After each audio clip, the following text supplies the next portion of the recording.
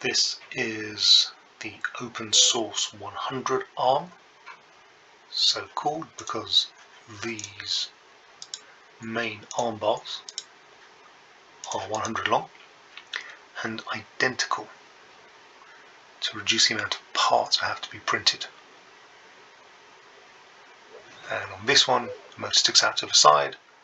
On this one, it goes here. But of course, you could change it the other way around if you like, and have this one also coming out at a right angle.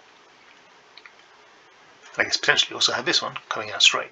At the moment, it's going to have about this kind of range. And then these two will form a wrist and a gripper. So you'll have the pitch, gripper here, and wrist rotation. And of course the whole base also rotates.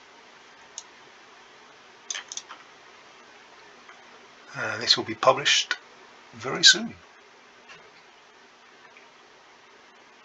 Just doing the first test print of this bit now.